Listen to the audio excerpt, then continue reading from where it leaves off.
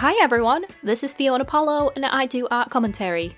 Today I wanted to talk about the latest Disney film Strange World because, well, it's been a hot minute since I did a movie review, and also, while I do have one more video essay to go out this year, it's currently in the hands of a proofreader and needs a bit more time in the oven before we cap off 2022. Admittedly, I went to see this because I was bored, first of all, but I also saw some people talking about how bad it was, and normally when they talk about how bad something is when it looks as visually good as this film, it's usually about something stupid. The first thing I will say is that there was some controversy going around with people review bombing sites, purely because the main protagonist, Ethan, is actually shown in the film to have a crush on another boy. This actually makes Ethan from Strange World the first openly gay teenage protagonist of a Disney film, like an actual gay character too, and this one was a bit harder to erase since they actually showed his love interest. So instead of going straight home, I went to the cinema one night and I almost had a heart attack when paying my ticket. An adult ticket costs £14 now, which is just under 17 USD. Oh my god, have cinema tickets always been this expensive, or have I just been living under a rock? Oh man.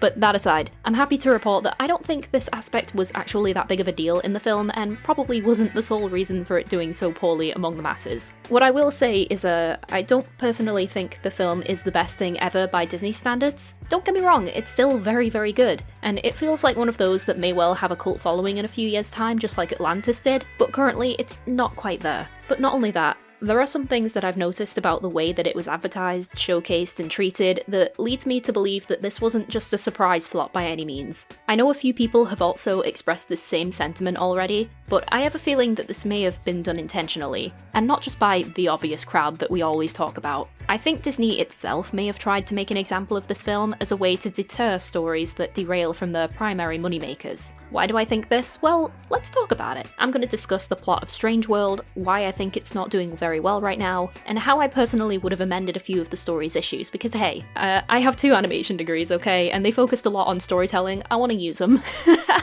So keep watching if you enjoy this video, and please don't forget to like, comment, and subscribe. It makes me very, very happy.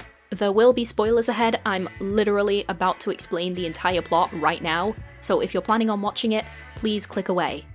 Let's begin.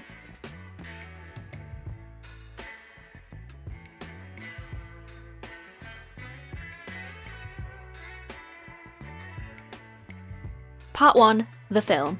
Timestamp is on screen if you want to skip the synopsis. The story begins with a father-son explorer duo, Jaeger and Searcher Clade. Jaeger has made it his life ambition to climb the mountains of their home, Avalonia, to see what lies on the other side, whereas his son, Searcher, never really had that same tenacity. On their final expedition together, the two had an argument after Searcher found some plants that he thinks might help people back home instead of conquering the mountains, so Jaeger decides to continue on alone. 25 years later, Searcher is a farmer and researcher of Pando, the plant he brought back from the expedition, which is now being used to generate power throughout Avalonia, similar to electricity. He has a wife, Meridian, who is a dab-hand pilot, and a son called Ethan who yearns for adventure and to learn more about his grandfather. When a type of disease seems to be affecting the Pando crops, the leader of Avalonia and former expedition partner Callisto Mal asks for Searcher's help to discover the source. They set out, but the team are attacked by strange creatures, and both Searcher and the family dog Legend are separated from the group, and everyone winds up in a strange but fascinating new world,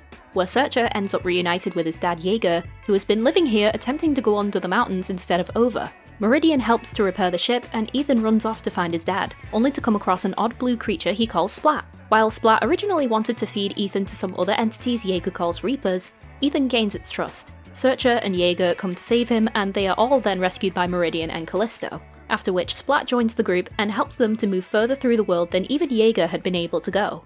After this, throughout the journey, Ethan, Searcher, and Jaeger all try to become a tiny bit closer as a family, albeit they all kind of frustrate each other. Ethan does get frustrated with both his dad and granddad due to their opposing views, and Searcher also has some reservations as he sees Jaeger and Ethan together because he worries about his relationship with his son becoming strained, just like how his own became. Just as Searcher and Jaeger begin to come to an understanding, they finally arrive at the root cause of the Pando's deterioration. Its root is being attacked by the creatures within the world. Everyone plans for an attack, but Ethan doesn't actually want to hurt these things, and ends up leaving the ship after an argument with his dad over it. When they finally stop moving and arguing, they realize that they're suddenly overlooking an endless ocean and sky, and as they turn back to where they came, they are face to face with a gigantic eye. Yep, the mountains, or Avalonia in general, is on the back of a ginormous sea turtle, which means that the creatures they encountered inside are actually part of an immune system, and the pando is a virus which is wrapped around the turtle's heart, rapidly sapping its health away. Ethan and Searcher try to warn everyone about what they've seen, but no one seems to believe them. Jaeger leaves to go see the ocean for himself, and Searcher, Meridian, Ethan, and Splat are shoved into a supply closet while the crew prepares to attack the creatures. They get saved by Legend, or by Splat really, and after Jaeger experiences a change of heart, comes back to help his family, ultimately helping to destroy the pando. 1 year later, and Avalonia has adjusted to life without pando. Searcher has become a regular veggie farmer, aided by his dad Jaeger, and Ethan has committed himself to helping collect resources from the strange world, and the film ends with a zoom out of the lone sea turtle on a planet of nothing but ocean. So basically, the film reportedly took inspiration from the likes of Pulp Fiction, Journey to the Center of the Earth, and King Kong, but I also personally thought it also reminded me of films like Atlantis and Indiana Jones, because it very much follows those types of storylines. All of these narratives include an expedition to a new and unfamiliar landscape. Some themes I took note of in the story were father-son relationships, clashing of ideals, dependence on energy consumption at the expense of the environment, holding regard for the lives of fellow creatures and organisms, and just general acceptance of other people's life choices. Ironic, isn't it? So first off, let's address the elephant in the room and get it over with. Ethan is gay. At the beginning of the film, his friends come to see him at the farm to drop off a new game that just came out, and Ethan is very visibly flustered around a guy called Diazo. In the middle of the film, he confides to his grandfather Jaeger that he doesn't know how to tell Diazo he likes him, and this allows for a really cute, but also kind of cringy moment between the two where Jaeger basically suggests Ethan try to rescue Diazo from a life or death scenario, like you would with a damsel in distress. And at the end of the film, Ethan and Diazo are seen half-hugging while looking on at the horizon. And guess what? That's it. There's no kiss, no declaration of love between the two, no awkward I love yous or anything like that, just some believable awkward teenage banter and a half-hug. Not even a full hug. The fact that people were saying that this is what ruined the film is laughable to me, because it honestly felt like the most natural thing in the entire narrative. There was far more PDA, including multiple on-screen kisses, between Ethan's parents. Moving on, we'll talk more on the whole gay thing in a bit, but something else I thought was interesting was the inclusion of the sea creature. And I think this came about from the creationist myth of the cosmic turtle, which is basically the concept that the world is being carried on the back of, you guessed it, a giant sea turtle. And honestly, I'm not mad at that. I think that's actually a really cool concept, and it would actually also explain the clothing design choices. There's a noticeable hint of Asian influence in the character's clothing, which I think corroborates that idea, since this aspect of mythology is present across a few different cultures and religions, including Chinese mythology and Hinduism. The only issue I have with it is that there seemed to be only one turtle on a lonely planet of just ocean, and that makes me kinda sad. That doesn't seem all that great for the poor turtle's quality of life. Does he have enough food? Does he have somewhere to rest when he's tired of swimming? Does he have friends? I want the turtle to have friends. At least that way Disney could have given themselves the opportunity for more films, maybe? You know, if they hadn't just fumbled the bag so bad, but whatever, we'll get into that. They also seem to be trying to include a couple of different themes and elements of punk subcultures within the film, namely steampunk as represented by the use of pando, and solarpunk. Solarpunk, for anyone who doesn't know, is, as described by Wikipedia, a literary and artistic movement that envisions and works towards actualizing a sustainable future interconnected with nature and community. This film has solarpunk written all over it, and that becomes super obvious towards the end when Avalonia makes the necessary switch to wind energy. Pando is a limited resource, becoming even more limited as it begins to die and time runs out to save it, and when it's gone, it's gone. There's nothing the characters can do to bring it back, but at the same time, this energy source was having a horrific effect on the climate and the inhabitants just under the surface without them even realizing. And this has so many real-life connotations to how much we still rely on things like fossil fuels and plastic, and also how a lot of people are ignorant to the sheer volume of stuff like landfills across the world, that it really starts to give me a bit of climate anxiety when I think about it too hard. But yeah, I like to think that this and Ethan's general compassion for creatures like Splat was a very cleverly written commentary on the importance of prioritizing these issues. So yeah, Strange World, in the shortest possible terms, is basically solarpunk Atlantis, and I actually really dig that. I think that's a really cool angle. But that said, me saying it's very cool doesn't translate to it being a great film, because we still have yet to unpack some of its flaws, and it also doesn't explain why its performance is so poor either, so let's look into that.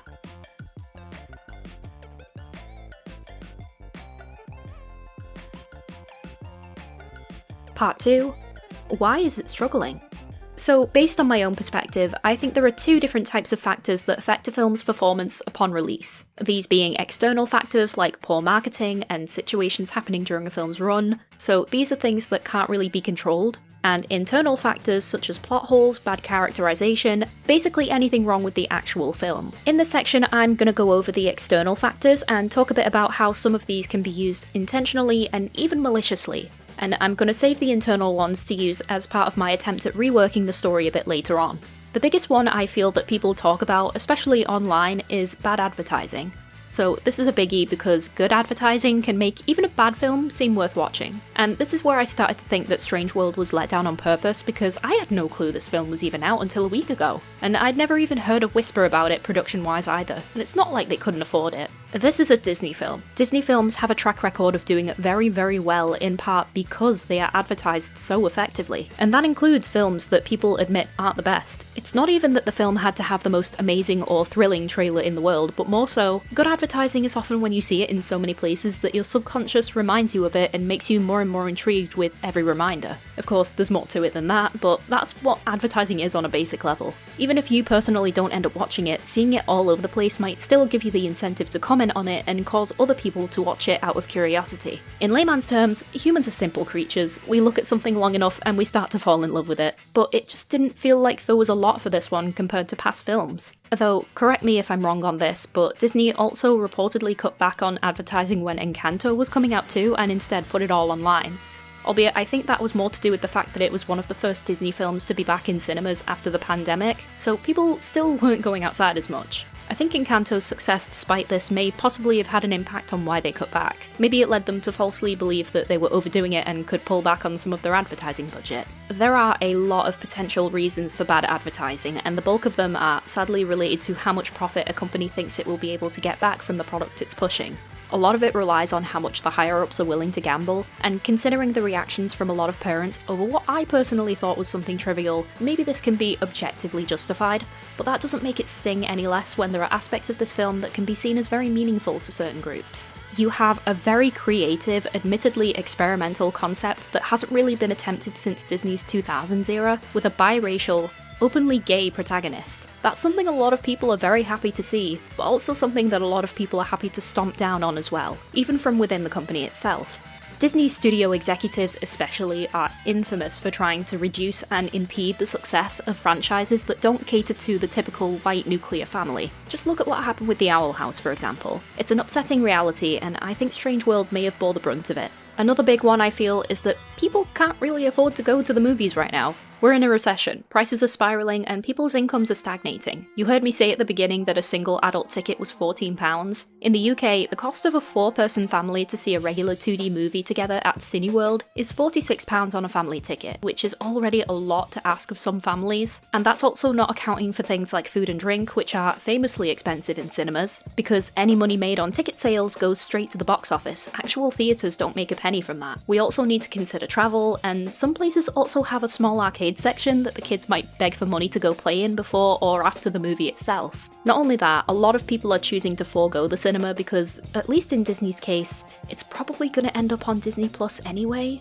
So why would parents waste all of that money going to a cinema, a place where your children are also expected to sit still and be quiet for over an hour, which a lot of them certainly aren't going to do, rather than just wait a couple of months for them to be able to watch it in the comfort of their own living room while they play with their toys and be as loud as they want. That's kind of a no-brainer. But speaking of parents, the other issue is that a lot of the time when a film has minor controversy around it, such as this one, it's often not going to be the kids causing problems for said film, it'll be the parents who are paying for the tickets.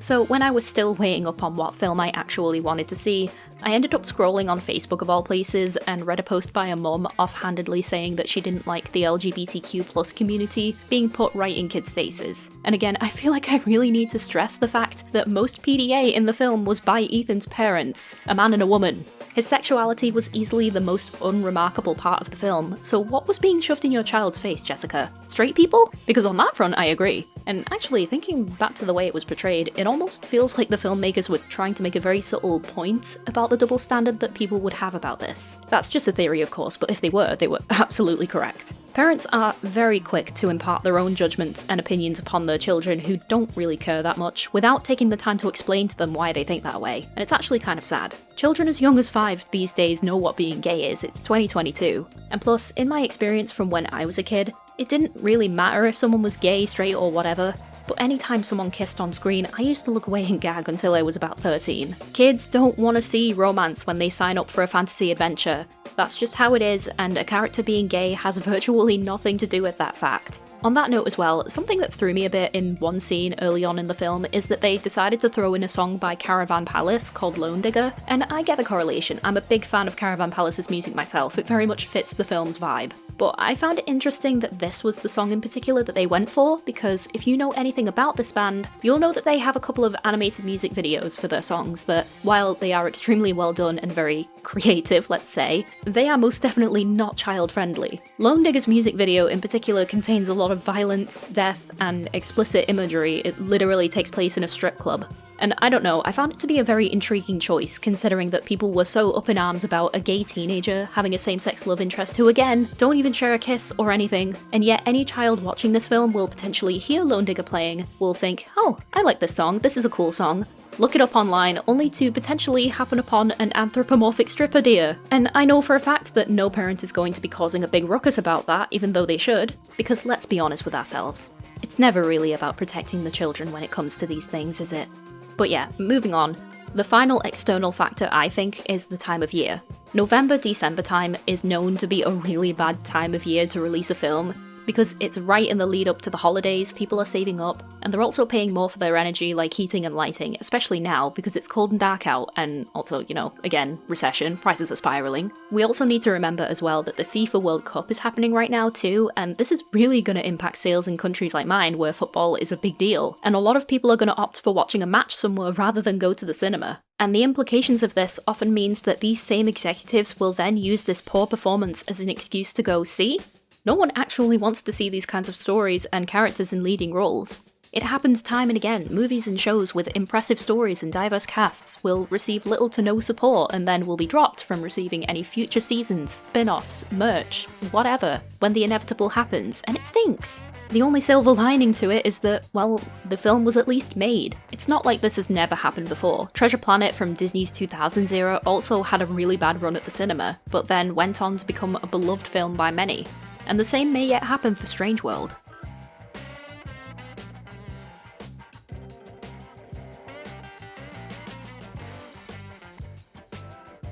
Part 3. What can be improved? So we've talked about the story, the minor controversy around it, and the potential external factors that are causing it to underperform. Now let's take a look at the internal issues, i.e. what's actually wrong with the film itself, and try to rework it in a way that could flow better narratively, because let me tell you, I think what also contributed to this film not being great is the story's pacing. It's incredibly jerky and stilted in places, and the transition from one situation to another doesn't feel as smooth as it could have been. In all honesty, it felt incredibly rushed, almost like in addition to not being given the support it should have upon release, it was probably given a lot of production issues too.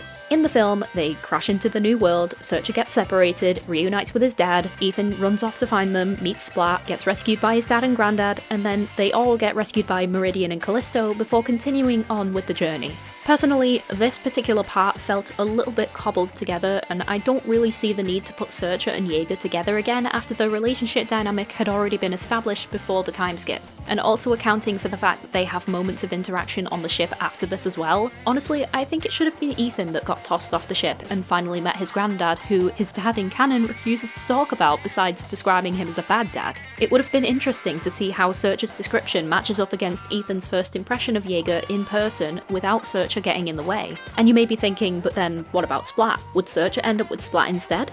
Well, no. What I'm thinking is that instead of Ethan being blindly led by Splat towards the Reapers, Jaeger would at first try to deter Ethan from interacting with Splat by declaring it a pest.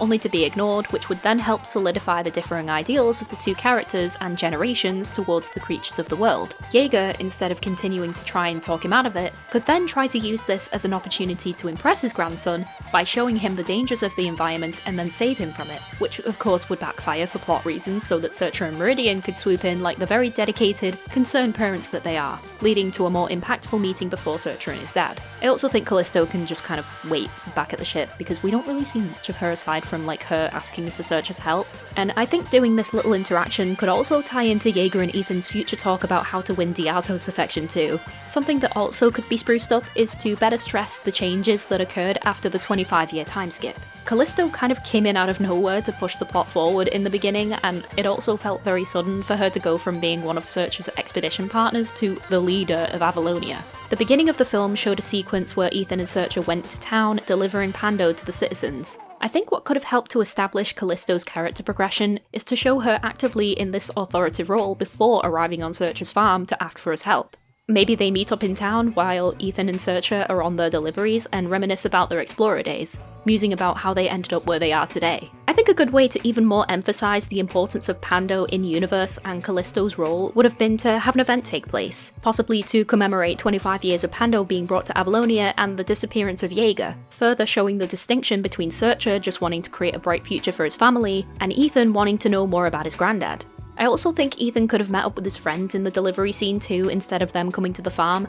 It just would have made more sense, and also possibly highlighted the farm's mundane quality from Ethan's perspective. And finally, this isn't just a flaw of Strange World, it's something that people have been saying about Disney for a few years now, but my god, this film would have benefited so much from having a solid goddamn villain. I know that in recent years, Disney has been trying to go for a more sympathetic angle when it comes to their antagonists. They did it with Alma in Encanto, like obviously she's not a villain, but she is kind of the antithesis to Mirabel, Te in Moana, and they've also been giving classic villains like Cruella their own movies and giving them sympathetic storylines, which on its own is fine, but I personally think those only work when the situation demands it. With something like a finite resource at stake such as Pando woven into this film's narrative, this was the perfect opportunity to bring back those greedy, opportunistic villains like Clayton from Tarzan or Mother Gothel from Tangled. Fantasy and adventure stories often involve high stakes that are shown from the very start, and these can often require a villain who is completely unswayed in their goals to balance that out. Having someone to root against gives the audience a reason to cheer for the main characters,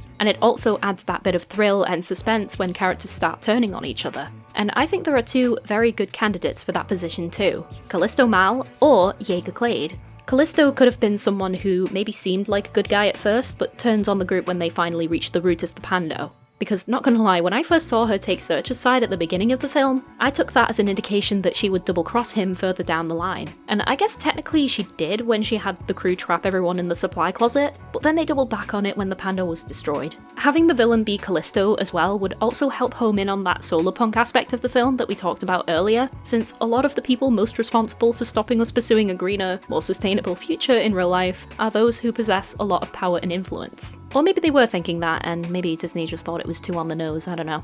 On the other hand, Jaeger being the villain would help further push the idea of different generational ideals. They made it very clear in the story that Jaeger would stop at nothing to get to the other side of those mountains, but in the climax of the story, just when they were in reach, he turned back to help his family. So this one can be a bit tricky depending on how you want to view the concept of people thinking certain family members are beyond reason. But the thing is, that is kind of the case for a lot of real families. You're never going to be able to convince that one racist grandmother to be nicer to people of colour, or that homophobic uncle to stop raving about how a gay teenager in a leading role is wokeness gone mad. You just can't help some people, and I think it would be a pretty realistic and relatable angle to portray something like that.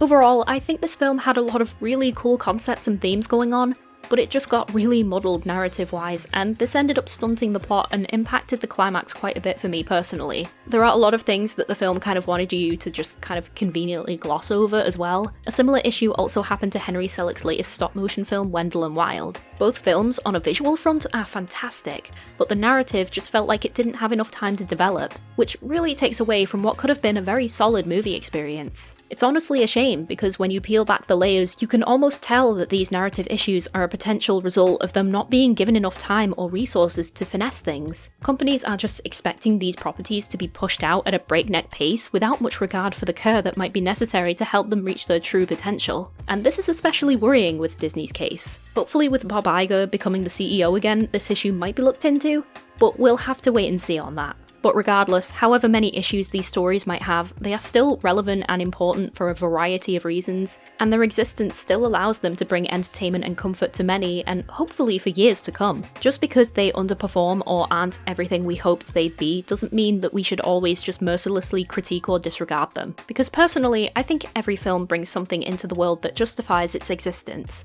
and it's up to the viewer to decide for themselves what that might be.